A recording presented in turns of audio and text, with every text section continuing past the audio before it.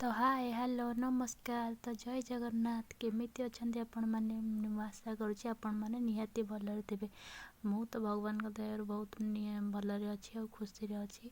ଆପଣମାନେ ଭଗବାନ କରନ୍ତୁ ଆପଣମାନେ ଭଲରେ ଥାଆନ୍ତୁ, ଖୁସିରେ ଥାଆନ୍ତୁ। ଚାଲନ୍ତୁ ଆଜି ଗୋଟେ ଛୋଟିଆ ଭିଡ଼ିଓଟି ଷ୍ଟାର୍ଟ କରିବା। ଏବେ ମୁଁ ରେସିପିର ଭିଡ଼ିଓଟି। ତ ଆପଣମାନେ ମାଛ ପାଗ କେବେ ଖାଇଛନ୍ତି? ତ ମାଛ ପାଗର ରେସିପି ଆଜି ଚାଲନ୍ତୁ ବନେଇବା। ତ ମୁଁ ଏଠି କିଛି ରସୁଣ ଆଉ କଞ୍ଚା ଲଙ୍କାକୁ ଛେଚି ଦେଇଛି, ତାପରେ ସେଠି ପିଆଜ କାଟି ଦେଇଛି, ଧନିଆ ପତ୍ର କିଛି ନେଇଯାଇଛି। ତ ଏବେ ଚାଲନ୍ତୁ ମାଛକୁ ବି କଣ୍ଟା ଛଡ଼େଇକି ମୁଁ ନେଇଯାଇଛି। ତ ରୋହି ମାଛରେ ଏଇଟା ହିଁ ଭଲ ଲାଗେ କଲେ। ତ ମୁଁ ତାପରେ ସେଠୁ ରସୁଣ କଞ୍ଚା ଲଙ୍କାକୁ ଟିକେ ଆଉ ଟିକେ ଚକଡ଼ିଥିଲି ଭଲ ଭାବରେ। ଚକଡ଼ି ସାରିଲା ପରେ ଟିକେ ନାକୁ ଲୁଣ ପକାଇଲି। ଆପଣମାନେ ଆପଣଙ୍କ ମାଛ ଅନୁସାରେ ଲୁଣ, ମାଛରେ ଲୁଣ ପଡ଼ିଛି ନା, ମୋ ମାଛଟା ଟିକେ ଅଲଣା ଥିଲା ବୋଲି ମୁଁ ଟିକେ ଲୁଣ ଦେଖିକି ନେଲି। ତାପରେ ପିଆଜ କିଛି ପକାଇଦେବେ। ପିଆଜ କିଛି ପକାଇ ସାରିଲା ପରେ ଧନିଆ ପତ୍ର ପକାଇଦେବେ।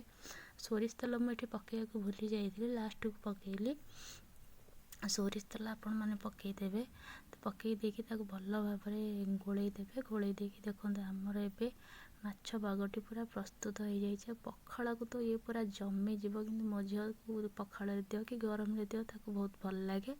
ସେ ତରକାରୀ ଖାଇବାକୁ ଯେତେ ଭଲ ପାଏନି, କିନ୍ତୁ ଏଇଟା ମୁଁ ରହିଲି। ଜୟ